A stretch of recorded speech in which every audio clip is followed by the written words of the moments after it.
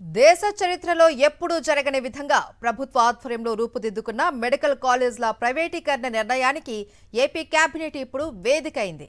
పేదల వైద్యం కంటే తమ బినామీలకు భోజ్యమే ముఖ్యమని సీఎం చంద్రబాబు భావిస్తున్నారు. అందుకే 100 ఏళ్ల చరిత్రను తిరగరాసేలా వైఎస్ జగన్ ప్రభుత్వం మెడికల్ కాలేజీలను నిర్మిస్తే ఆ మెడికల్ కాలేజీలను అమ్మకానికి పెట్టేసింది చంద్రబాబు ప్రభుత్వం. దేశమంతా అన్ని రాష్ట్రాలు ప్రభుత్వ రంగంలో మెడికల్ కాలేజీల సంఖ్యను పెంచుకుంటూ వెళుతుంటే చంద్రబాబు ప్రభుత్వం మాత్రం ఎక్కడ వైఎస్ జగన్ కు పేరొస్తుందో అన్న అక్కసుతో మెడికల్ కాలేజీల అమ్మకానికి గ్రీన్ సిగ్నల్ ఇచ్చింది చంద్రబాబు కేబినెట్.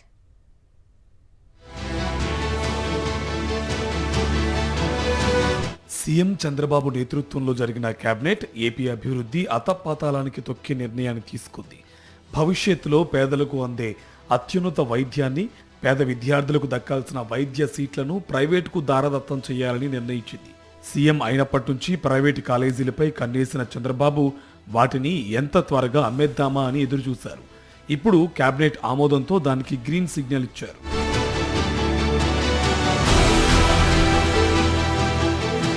వైఎస్ జగన్ ముఖ్యమంత్రిగా ఉన్నప్పుడు ఆంధ్రప్రదేశ్ను పరిపాలించిన 17 మంది ముఖ్యమంత్రులకు సాధ్యం కాని రీతిలో 17 మెడికల్ కాలేజీలు నిర్మించాలని శ్రీకారం చుట్టారు.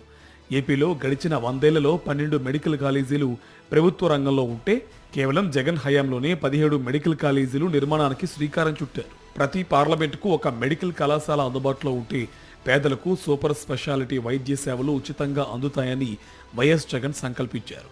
అంతేకాదు ఏపీ నుండి అత్యుత్తమమైన వైద్యులు గణనీయంగా తయారవుతారని, తెలుగు విద్యార్థులకు వైద్య విద్య మరింత అందుబాటులోకి వస్తుందని గొప్ప విజన్తో ఈ మెడికల్ కాలేజీల నిర్మాణాన్ని చేపట్టారు. అనుకోవడమే కాదు, ఆచరణలో కూడా వైఎస్ జగన్ వేగంగా అడుగులు వేశారు.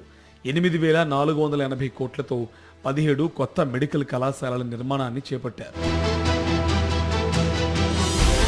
2023-24 విద్యా సంవత్సరంలో విజయనగరం, ఏలూరు, నంద్యాల, మచిలీపట్నం, రాజమండ్రి మెడికల్ కాలేజీలను ఒక్కో చోట 150 ఎంబీబీఎస్ సీట్లతో ప్రారంభించారు.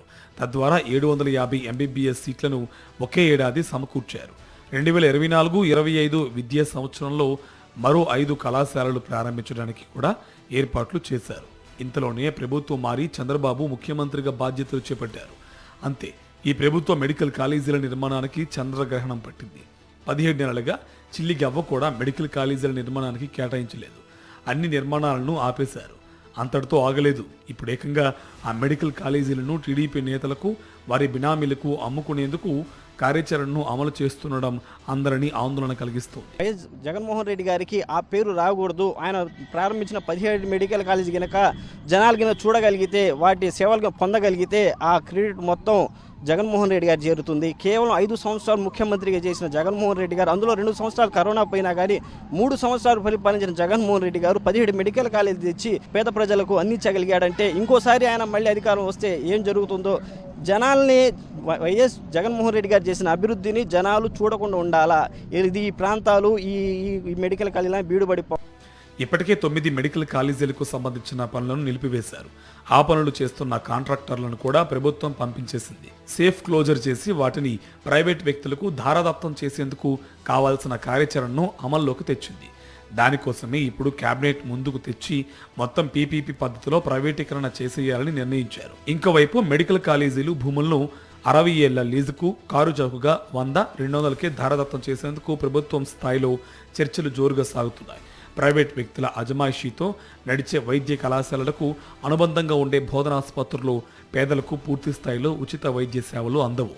అదే ఈ కళాశాలలు ప్రభుత్వం ఆధ్వర్యంలో నిర్వహిస్తే ఓపీ, ఐపీ, రోగ నిర్ధారణ, అవయవాల మార్పిడి లాంటి పెద్ద శస్త్రచికిత్సలు సైతం పేదలకు పూర్తి ఉచితంగా అంది. వైద్య కళాశాలను పీపీపీలో ప్రైవేటుకు అప్పగిస్తున్న నేపథ్యంలో ఇన్పేషెంట్, రోగ నిర్ధారణ, మందు బిళ్ళల కోసం ప్రజల నుంచి డబ్బులు వసూలు చేసుకునే వీలు కల్పించనున్నారు.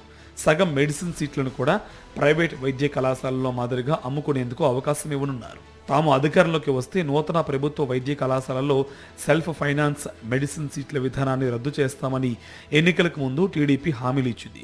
అధికారం చేపట్టిన 100 రోజుల్లో సెల్ఫ్ ఫైనాన్స్ సీట్ల జీవోలను రద్దు చేస్తామని నాడు నారా లోకేష్ నమ్మబలికారు. గద్దెనెక్కాక సెల్ఫ్ ఫైనాన్స్ కోటాను ఎత్తేయకపోగా ప్రభుత్వ వైద్య కళాశాలను ఏకంగా ప్రైవేట్కి కట్టబెడుతున్నారు.